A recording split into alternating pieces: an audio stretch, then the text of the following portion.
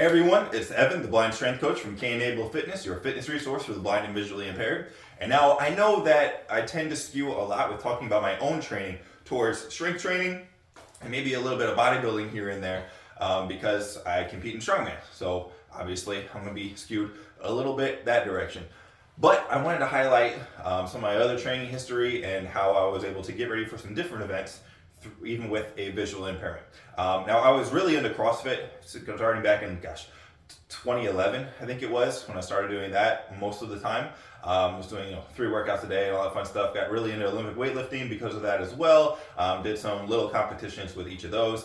But back in 2016, this is after my visual impairment had kicked in 2014, I had a couple of buddies say, hey, do you want to do a Spartan race in 5 weeks? And I said, yeah, sure, let's do it. So I was about 230 pounds at that time, just working on getting big and strong and all that fun stuff. And then obviously was not doing very much running at the time because A, that was really difficult at grad school in Chicago and everything.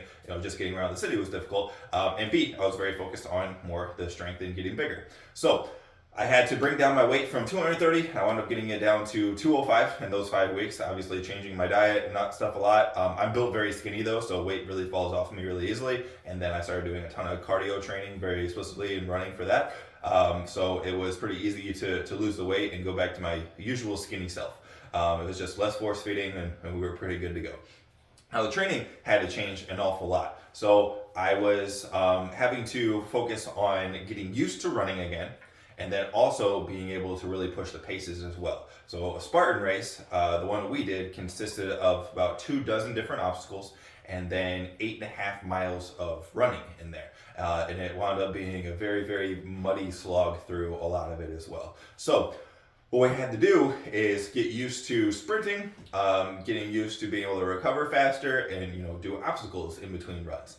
So what we did is a lot of track workouts, being able to sneak onto a local track or use the half mile that they have plotted around in concrete around our local school and be able to do different workouts like that. So when we're on the track, it was easy with the visual impairments and just follow the rubber all the way around and then be able to do like 400-meter sprint repeats like that, or being able to do like a half-mile run into a bunch of different like CrossFit type workouts with like kettlebell swings and tire flips and pull-ups, things like that, into another half-mile run, something like that. So it was fun getting creative and working on that kind of stuff. And I focused on more sprinty type things, or very anaerobic stuff, because I knew that I was going to have to do some hard running and then be able to go straight into an obstacle over and over. Instead of like that really long-term, like long distance type running. Even though I had to go 8.5 miles, I didn't really need to practice for that. And I was going to be able to get plenty of long distance aerobic adaptations just by getting my pacing better and then improving my aerobic fitness with those CrossFit style or sprint type workouts. So was working on that, and again lowering the weight, which really helped with all the impacts and my calves wanted to cramp up very early on in that training. And then was able to train a lot of the more specific obstacle type stuff because we actually have a lot of fun things to do at the farm. So we had a big old tire that we had gotten from somewhere. We have horse recovery stalls where we were able to climb out of a padded stall over essentially a giant locked wooden door. So that mimicked having to hop up and over walls. And we have an old hemp rope from the early 1900s from the hayloft up in our big barn in our like converted gym area. And we're able to do rope climbs on that. So between that and other type of stuff, we're able to really work on a lot of the different skills. Now, on a Spartan race, if you fail an obstacle, you're supposed to do 25 burpees. So got used to doing a lot of burpees as well, just anticipating having to, not necessarily doing the best at some of the obstacles, especially with impaired vision, and then being able to just do the penalty, not have it be the worst thing in the world, and then move on. So training was an awful lot of fun. We wound up putting together a couple of different times a full little obstacle course on our whole property of 8.5 acres. You had to run up in the barn, do a rope climb, and other people, if they couldn't do a rope climb, were doing like rope rows and things like that. And then everybody had to go into the horse stall and lock it, and then hop up and over and help each other over and stuff, and then keep rolling and jumping over gates and running down and up the hill in the pasture and all kinds of fun stuff. So training was actually pretty darn entertaining. We were able to mix it up a whole bunch because that was going to be in line with the obstacles and we had no clue what order they were going to be and stuff.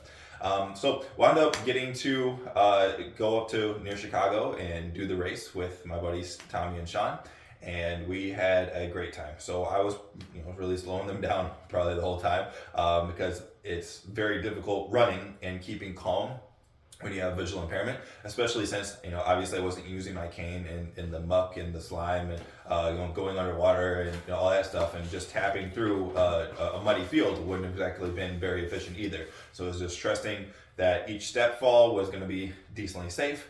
That wasn't always the case. I don't think I ever tripped and fell, but there was one time where Tommy and Sean were a little bit ahead, and there was a lady coming up from behind me and catching me in this like kind of open field area where we were just running on a general track. And I wound up hitting a hole in the ground and almost hyperextending my knee and kind of like limping back out of it and starting to jog and everything. And this lady who was right behind me and saw the whole thing, it's like, oh my gosh, are you okay? Like, did you hurt your knee? Like, did you tear something? Blah, blah, blah. I was like, no, I'm fine. I'm just blind. And she goes, oh, okay. Wow. Well, you're doing great. And I was like, all right, thanks. Yep. And she just keeps trucking along, and Tommy had come back and heard that whole conversation and said it just blew her mind. She was like, oh, all right, that was the case. He destroyed his knee. So every step was an adventure, and staying calm during that, being blind and running around is probably the biggest part of the challenge.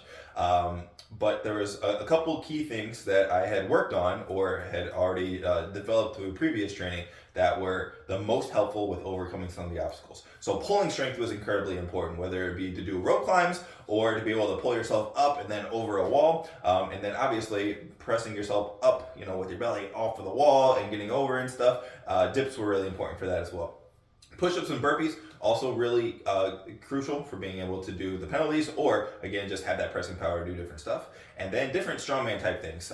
There was tire flips, and I remember there be guys who were way better runners who would come up and just screaming their lives out, like they were like dying on these 5 tire flips. I remember getting the tire flips and being like, oh, where's the heaviest one? They're like, this is the heaviest we got. I was like, oh, okay, just really easy flips and no big deal. And it's like, darn it, I have to run again and start jogging and stuff. And the guys who were just like screaming in this little 1 rep max for 5 different reps on these tires, all of a sudden they're sprinting past me. I was like, wow, we are built really different, have very different skill sets here. So the strongman and strength background really helped make those tire flips a lot easier. There was also like a gravel bucket carry and everything where you had to fill up a whole bucket with gravel and carry it up this hill and distribute it in a pile for no good reason and stuff. So just being able to like carry sandbags and things like that was incredibly helpful in training as well. When it comes to that pulling strength, if you aren't quite there with that, working on eccentrics and then being able to work on isometrics in different positions is a great way to start getting used to that. Because hopefully, if you're going to do something similar, you have more than just 5 weeks to train. When it came to the rope climb, there was other things that I used in order to be successful as well. So there was about 20 ropes on this giant rig. I'm guessing 20 ropes because I think there was about 5 in each of these like 4 tendrils that stuck out of this giant metal rig. And everybody was slathered in mud, and people had been out there for like 4 hours before we were even, our starting time. So by the time we get to the ropes, they're just caked in mud from people like wrapping their feet, which are all crazy muddy, and pretty much your whole body has been exposed to mud throughout the day. You're not really gonna have dry hands and everything like that. So there were so many ropes. I was like, I'm gonna go to the one that is most distant from the running track and probably been used less. So I went way around the way in order to find a rope that I thought was gonna be a little bit more dry. And then I hopped up as high as I could. And because of my pulling power, I didn't have to wrap my legs. Instead, I could just, do an arm over arm pull and be able to get to the top and come back down. So that was a big advantage of, again, using my upper body pulling strength and my height and my length and jumping in order to, stand next to the rope, have a good idea, keep my hands nice and open until I found the rope as I jumped, hang on for dear life, and then do that quick pull. And that's what allowed me to be successful on that. There were, some snafus here or there. Again, the almost busted my knee. And then also there was the spear throw, which I practiced with, throwing garden tools around in the yard. And then it turns out when you do it there, they have almost like shooting lanes is kind of the setup. And then all the spears are attached to ropes so that you're able to pull it back in so that nobody's ever downrange, while people are exhausted and throwing spears in their slippery hands. So I throw my spear and it feels really good coming out of my hand. It had great trajectory and stuff. And then all of a sudden I feel tension in my foot and it just drops. And it turns out I was standing on the little string that they had in order to pull it back in. So I had to go do my penalty burpees there. I was trying to really abide by the rules. So there's going to be little things that kind of go awry. But overall, it was really good in getting used to mentally pushing and just keeping rolling and taking one little thing at a time, whether it be the run to an obstacle, the obstacle itself, and then, carrying on those little bite-sized chunks. So super fun experience, getting used to doing a much more aerobic thing, and barely failing any of the obstacles. I failed that, and then a slippery rock climb wall where you had to go horizontal, where I couldn't see where I was supposed to be holding. It was just, you tend to get really tired when you're holding on with one hand and then patting around with your other hand. So you're getting pre-fatigued constantly trying to figure out where the next hold is going to be for your hands or your feet. So that and the spear throw were actually the only two obstacles that I failed. So it was really fun, even being able to use my strength in order to boost other people up walls and do all the kinds of fun stuff like that. So if you want to pursue something like this, I would get used to doing running in an environment that makes sense for you and your level of vision. You can work on even tethered running if you already have your running partner with you. I didn't. So I had to get used to running on the track, getting used to pacing, and getting used to making sure that running is the stress and not freaking out because my body's trying to panic because I'm moving faster than I'm used to. So doing that, getting used to being able to stride out a little bit more, open up the hip flexors, and then also build up the shins and the calves so you're not worried about all these different cramps and stuff when you're going a longer distance than perhaps you're used to. And then again, the strength aspect is also very important. There's a lot of obstacles you have to do that are going to require a requisite amount of strength. And while it's not an elite amount of strength, you do need a certain amount to be able to do the tire flips, to be able to the stone carries, to be able to pull yourself up and over a wall, different things like that, especially when you're fatigued. So having a surplus of strength and a surplus of aerobic fitness, or at least comfortability with being able to just keep rolling, that is going to help a lot. So I did a lot of CrossFit type workouts with different combinations of exercises in order to tax my system and ask for different body parts to be doing things all in a row. If you have any questions on this, and obviously there's going to be plenty more strength training and all that stuff coming from K-Enable Fitness, but any questions about this, go ahead and comment below. Anything is absolutely welcome. And otherwise, we're going to be able to stay tuned for a lot more videos to come. If you like something like this, where it's me talking through an entire process and my experience with something, I got plenty more stories in the arsenal. And yeah, hopefully you guys enjoyed this. I think that being able to do not just one thing where you're necessarily specialized, but instead being able to pivot and mess around in different sectors is really important. And again, I've done my time in CrossFit, even with a visual impairment, Olympic weightlifting, I've done powerlifting, and now an awful lot of strongman, bodybuilding, things like that. So you can ask just about any question about any type of fitness besides marathon running, and probably going to have hopefully a lot of advice to be able to give you and help you out for down the road. Now, last thing, please go ahead and subscribe if you're not. Just press like if you haven't, and share this with just one person who you think it could benefit as well. This could be somebody who's sighted and wants to lose some weight and work on obstacles and kind of sign up for a Spartan race in order to just better their health and fitness, or it could be someone with a visual impairment who wants to work on doing something cool like this, whether it be exactly a Spartan race or some other sort of obstacle race or some other completely different adventure.